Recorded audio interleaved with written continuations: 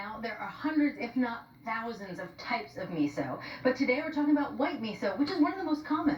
It is. It's really the most versatile in the kitchen. We do so much with it. You can start sampling. It's a flavor booster. Think of it in many ways the way you think about soy sauce or anchovies or any of these other power boosters. We use it in sauces and dressing for chicken, for salmon, potatoes, broccoli. In some ways, it's more interesting than any of the other flavor boosters. Like soy sauce, for instance, it has glutamates, but it has other things. So I want you to look for... Ding! That one's salty. There's a lot of salt. There's also tropical fruit notes. In some ways, the most diverse set of adjectives in any tasting. Brininess, brown butter, mango, Ooh! fermented socks. I think I just tasted the fermented socks. And not only were those adjectives talking about the same product, but in some cases, they were talking about the same brand. Different people picking up in the same thing. There are hints of mango. No, it's salty. No, it's really, really kind of fermented and funky. So the fermentation comes from something called koji. Think of koji as almost like the blue in blue cheese. It is the thing that is causing the soybeans, and sometimes there's rice or other grains in there, to break down and create new flavors.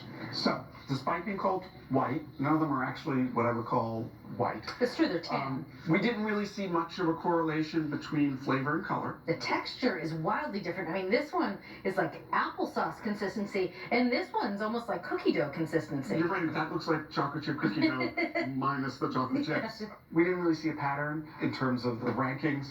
Same thing in terms of aging. The winner is fermented for 6 months, but the runner-up was 30 days. That's the big difference between white miso and other types of miso, is that it's not fermented for very long. And so some miso is 2 years that they're fermenting it, and obviously that gives you a lot of complexity. I will say, we like them all. Yeah, I have to say, I do like them all, but they do taste different. This one, besides the consistency, is a bit sweeter than some of the others, a bit milder. This one just tastes like good old aged cheese, like a good Parmesan. This one, I think I liked its balance of flavor. It has a little sweetness on the finish. It's quite salty, but I imagine that'd be a good thing if you're cooking with it. I like this one a lot. It does have a fruity bit to it, too. The one on the end, what did you think of that one? It's great. It has a nice cheesy flavor to it, and cheese in a good way. So I'm going to make you pick something, okay? Because we did have a winner. Okay. Favorite. All right. I think this one is my favorite because it has a balance of flavor. It's fruity. I didn't quite get mango, but I could see how you could see sort of tropical fruit as a sweet component, and then it's quite salty. But I liked that balance of flavor. But really, I liked all of them for different things.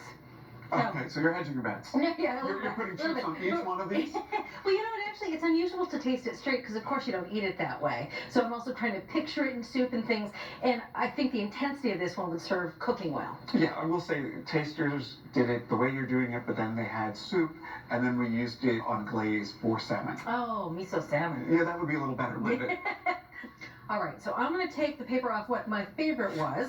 And this is Marukame. It was number 3 in the rankings and was a really good choice. Yeah, quite salty. Yeah, I think it was second highest in sodium of all the ones that we tested.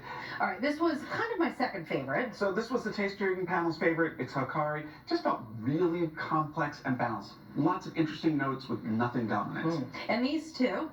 These were in the sort of bottom half, but again, remember that we liked everything.